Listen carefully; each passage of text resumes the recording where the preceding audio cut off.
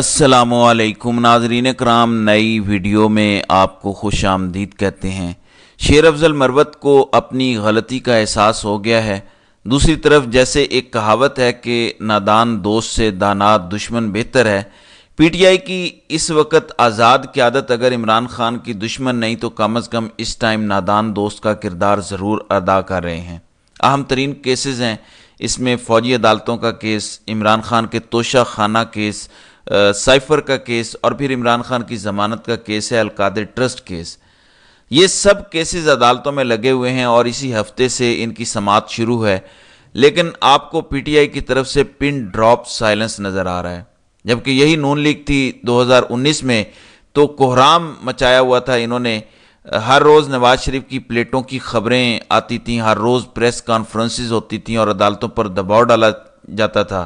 یس، میں یہ بات ایگری کرتا ہوں کہ وہ دباؤ جنرل باجوہ کے کہنے پر ان کی ایما پر ڈالا جاتا تھا۔ اس طرح وہ سسٹم کو بتاتے تھے کہ بہت پولیٹیکل پریشر آ گیا ہے، ریلیز کرنا پڑے گا، ورنہ ان کے پیچھے جو کور کمانڈرز تھے ان کا بڑا دباؤ تھا کہ اس کرپٹ خاندان کو اب واپس نہیں آنے دینا اور ان کا پورا انتظام کرنا ہے۔ پھر آہستہ آہستہ جنرل باجوہ نے پلگ کیا اور وہ لوگ ریٹائر ہوتے گئے اور جگہ جگہ پہ اپنے ہم خیال لوگ انسٹال کیے، اور آج ہم اس کا نتیجہ دیکھ رہے ہیں جو پاکستان اس ٹائم لا لیسنس یا لا لیس بنانا ریپبلک بن چکا ہے۔ یہ جنرل باجوہ کی ہی مختلف جگہوں پر تقرریاں ہیں جن کا پھل ہم آج کھا رہے ہیں۔ ناظرین اکرام، شیر افضل مروت نے اپنی غلطی کا احساس کیا ہے کسی حد تک۔ میں آپ کو ان کی ٹویٹ ٹرانسلیٹ کر کے سناتا ہوں جس میں انہوں نے اعتراف کیا ہے۔ پہلے انہوں نے کیونکہ شاہد افریدی کا دفاع کیا تھا، اب انہوں نے یہ اعتراف کیا کہ ہاں شاہد افریدی نے ماضی میں کچھ غلط باتیں کی ہیں۔ میں آپ کو ان کی ٹویٹ سناتا ہوں اور بتاتا ہوں کہ اینڈ میں پھر انہوں نے ایک بار سوشل میڈیا ٹیم کو تنقید کا نشانہ بنایا ہے یا سوشل میڈیا والنٹیئرز کو تنقید کا نشانہ بنایا ہے۔ وہ لکھتے ہیں کہ میرا جو نیگیٹو پورٹریل ہو رہا ہے سوشل میڈیا پہ، میں امید کرتا ہوں کہ کوئی ہمت کر کے آگے آئے گا اور جو گراؤنڈ پہ ایجیٹیشن ہونی ہے اس کو لیڈ کرے گا فرنٹ سے۔ آپ لوگ مجھے یہ ریئلائز کروا رہے ہیں یا مجھے اس چیز کا احساس دلا رہے ہیں کہ جیسے میں کچھ عمران خان کے خلاف کام کر رہا ہوں۔ میں نے کبھی بھی سازشوں میں حصہ نہیں لیا یا کسی گروپنگ میں حصہ نہیں لیا۔ جو میری ٹویٹ تھی شاہد افریدی کے حوالے سے، میں یہ بات کلیئر کرنا چاہتا ہوں۔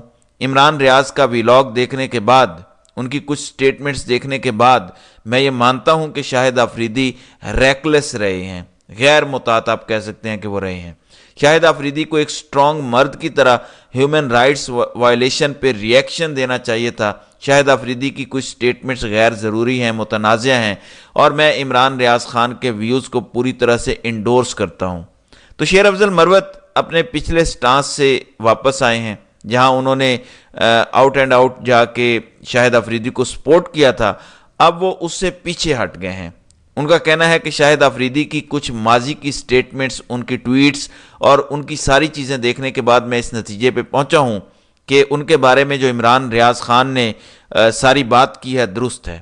لیکن آگے کچھ مزید انہوں نے کہا ہے جو بڑا انٹرسٹنگ ہے۔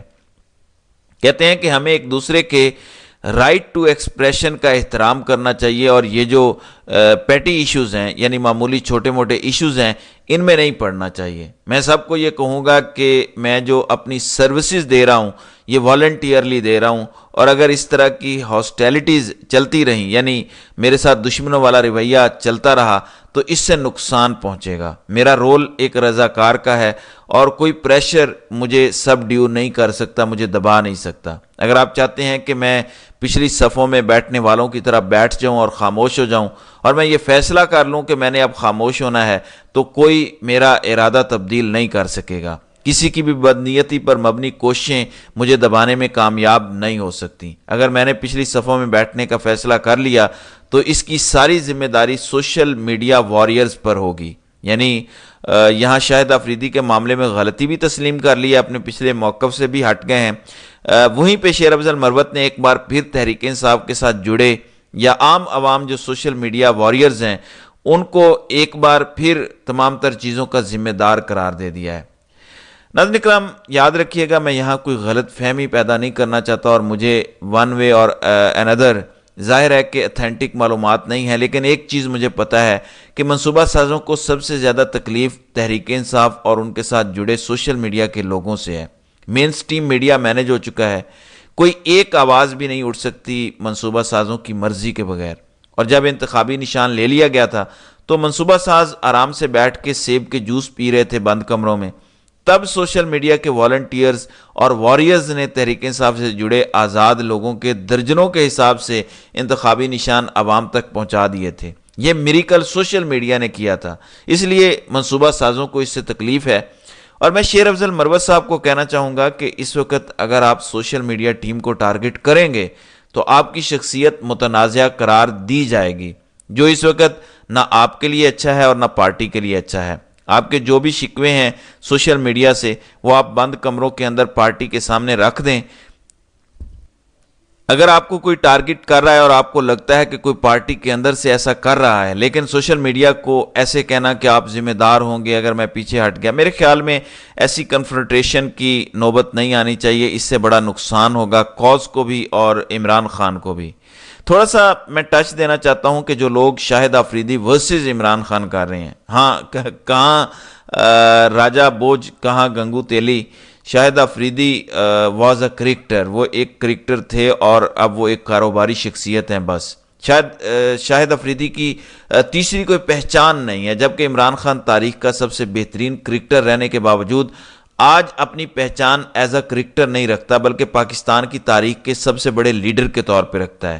مطلب ان کا تو ایک جو ہے وہ سنٹینس میں نام بھی نہیں آنا چاہیے دو لوگوں کا۔ اگر کسی کو یہ لگے کہ ہم شلوار قمیض پہنا کے کسی کو تھوڑا سا ہینڈسم دکھا کے عمران خان کا مقابلہ کروا لیں گے تو یہ بچگانہ حرکتیں ہیں اور اس سے زیادہ چائلڈش کچھ ہو نہیں سکتا اگر کوئی یہ سوچ رہا ہے۔ اور مجھے یقین ہے کہ شاہد آفریدی کا دماغ اتنا بھی خراب نہیں ہو سکتا کہ وہ اس طرف چل پڑے کہ ٹھیک ہے ایک الٹرنیٹو کے طور پر آہستہ آہستہ مجھے لانچ کرو، سال 4 سال بعد میں مین سٹریم پولیٹکس میں آ جاؤں گا۔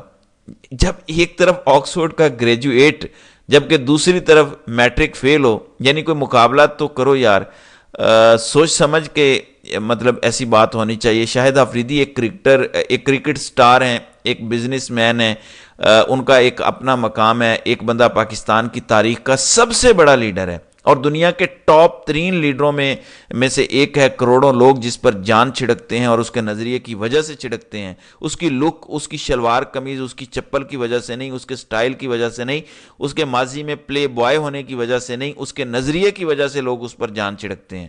جبکہ دوسری طرف کسی کا کوئی نظریہ نہیں ہے اور ایک کاروباری شخصیت ہے، تو شاہد آفریدی کو اس وقت صرف ایک کاروباری شخصیت میں کہوں گا۔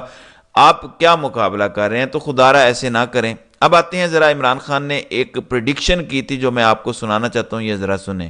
علیم خان کا یہ ہے کہ انہوں نے 300 ایکڑ زمین لے لی راوی کے اندر، وہ لیگل کروانا چاہتے تھے اور راوی کے بیڈ کے اوپر لیگل ہے زمین، پلس ان کے کیسز نیب میں بھی تھے، ان کے کیسز یہ پینڈوراز پیپر میں بھی ان کا نام آ گیا۔ جی، جب عمران خان نے یہ بات کی تھی اس وقت کسی نے یقین نہیں کیا تھا ان کے مخالفین میں سے، پارٹی کے لوگ اور تحریک انصاف کے سپورٹرز نے تو ظاہرہ یقین کرنا تھا عمران خان پہ، لیکن مخالفین نے یقین نہیں کیا تھا۔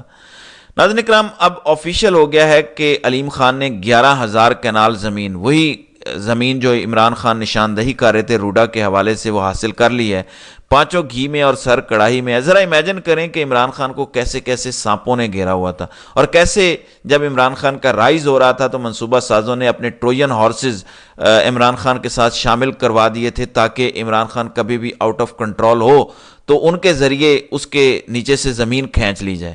اس طرح سے عمران خان کے ساتھ ان لوگوں نے سیاست کے اندر رکاوٹیں کھڑی کر کے یہ ظلم کیا، پہلے اس کو اقتدار میں آنے کے بعد کام نہیں کرنے دیا اور اب اس کو جیل میں ڈال دیا، اور حل ان کے پاس بھی کوئی نہیں ہے۔ پاکستان روز بروز زیادہ سے زیادہ تباہی کا سامنا کر رہا ہے اور یہ بضد ہیں کہ ہم نے عوامی مینڈیٹ کو نہیں ماننا اور بیرونی طاقتوں کے ساتھ مل کے ہم کچھ نہ کچھ ملک کو چلا لیں گے، بے شک ہمیں اندر خانے اپنا سب کچھ بیرونی طاقتوں کو بیچنا پڑے۔ ایسے میں جب ملک بھی کنارے لگا ہوا ہے، جب عمران خان کو جیل میں رکھا ہوا ہے، تحریک انصاف کی جو لیڈرشپ باہر ہے، جن کا کام یہ ہونا چاہیے کہ ہر 2 منٹ بعد وہ سپریم کورٹ کے باہر کھڑے ہوں، 10 سے 15 مین لیڈرز میڈیا کو وہاں بلائیں، پریس کانفرنسز کریں۔ قاضی صاحب جھوٹ بولتے ہیں کہ وہ میڈیا نہیں دیکھتے، یوٹیوب نہیں دیکھتے، اخبارات نہیں دیکھتے۔ قاضی صاحب ایک ایک چیز کا مطالعہ کرتے ہیں، ایک ایک چیز کی رپورٹنگ لیتے ہیں۔